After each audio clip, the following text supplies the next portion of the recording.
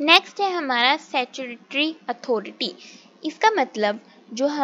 Law है, law के द्वारा हमें अथॉरिटी मिली गई है कि ये पर्सन इस चीज़ को करने के लिए लॉफुल है और इस चीज़ को करने के लिए हमें उसने इजाज़त दी है, जो हमें कानून ही इजाज़त देता है। अब इसमें क्या होता है कि कोई पर्सन इस चीज़ के लिए कंप्लेन नहीं कर सकता जो लॉ ने खुद कही है कि तुम ये चीज़ करो।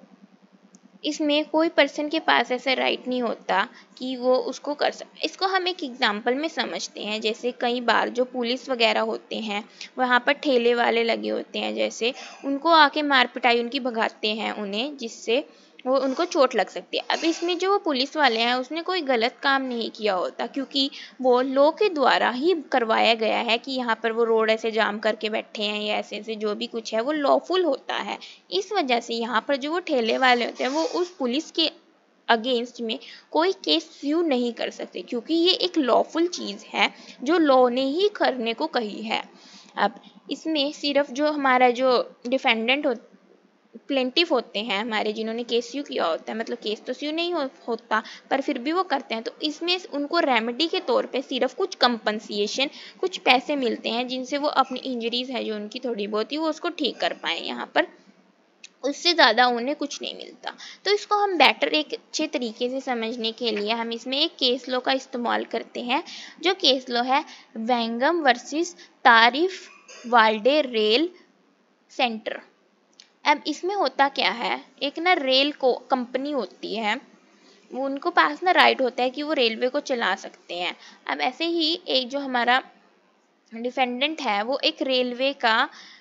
इंचार्ज है, मतलब वो रेलवे में जैसे ड्राइवर रेल को जो चलाते हैं, कैप्टन है वहाँ का, वो रेलवे इंचार्ज है, मतलब जो रेल को चलाते हैं वो है हमारा यहाँ पर। उसके पास ये राइट है कि वो रेलवे को, जो हमारी रेल है उसको चला सकता है। अब इसमें क्या होता है, जो हमारा प्लेंटिफ होता है ना, उसकी ना लकड़ियाँ उस जो इंजन है हमारा रेल का उसके पास पड़ी होती है, वहाँ रख के वो जाता है उसको। अब होता क्या है इसमें, जब वो जो हमारा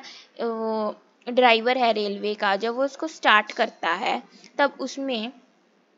से कुछ स्पार्क्स निकलते हैं, जिस वजह से वो स्पार्क्स आके प्लेंटिफ की वुड्स पे लग जाते हैं, जिस वजह से उसकी जो सारी लकड़ियाँ होती है वो जल जाती है। अब इसमें जो प्लेंटिफ होता है वो इसमें केस यू कर देता है उस रेलवे इंचार्ज के थ्रू, जिसने वो रेलवे ड्राइवर है जिसने रेल को चलाया उसके थ्रू, कि इसने मेरी लकड़ियाँ जला दी। अब इसमें कोर्ट का डिसीजन आता है कि उस पर्सन के पास ये अथॉरिटी थी कि वो रेल को चलाए, उसके पास ये लॉफुल चीज़ थी जिस वजह से उसने उसको चलाया है, जिससे वो यहाँ पर लाइबल नहीं हो सकता, क्योंकि उसके पास एक स्टैट्यूटरी अथॉरिटी थी जो लॉ ने उसको खुद दी थी कि तुम ये काम कर सकते हो, रेलवे चलाने का काम ये तुम्हारा है, रेल इंजन को चलाने का काम तुम्हारा है। यहाँ पर जो प्लेंटिफ होता है इसमें वो उसको कुछ नहीं मिलता, और जो डिफेंडेंट होता है वो यहाँ पर स्टैट्यूटरी अथॉरिटी वाला जो डिफेंस है उसको इस्तेमाल करके यहाँ पर बच जाता है, जिस वजह से उसको रेलवे इंचार्ज को कोई भी कंपनसेशन पे नहीं करना पड़ता, जो हमारा प्लेंटिव है उसकी लकड़ियों के उस पे। इस वजह से यहाँ पर वो लाइबल नहीं होता उसकी लकड़ियों का लॉस के लिए। स्टैट्यूटरी अथॉरिटी का सिंपल मतलब ये होता है कि लॉ ने जिस चीज़ को करने का लिए राइट दिया है, अगर उस चीज़ को कर रहे हैं तो इसमें वो रॉन्गफुल एक्ट नहीं है, क्योंकि उसमें लॉ ने खुद ही उसको परमिशन दी थी कि तुम एक रेलवे इंचार्ज हो, तुम यहाँ पर रेलवे चला सकते हो, उसके पास प्रॉपर सारे उसके लाइसेंस वगैरह जो भी चीज़ें हैं वो सब कुछ होते हैं यहाँ पे, और उसको एक अथॉरिटी गिवन होती है बाय लॉ। और every wrongful act is not wrongful in the eyes of law. हर एक काम जो है, हर एक एक्ट जो है वो कानून की नज़र में ज़रूरी नहीं है कि वो गलत ही हो। जैसे अब इसने यहाँ पर बोल रखा है कि एक्ट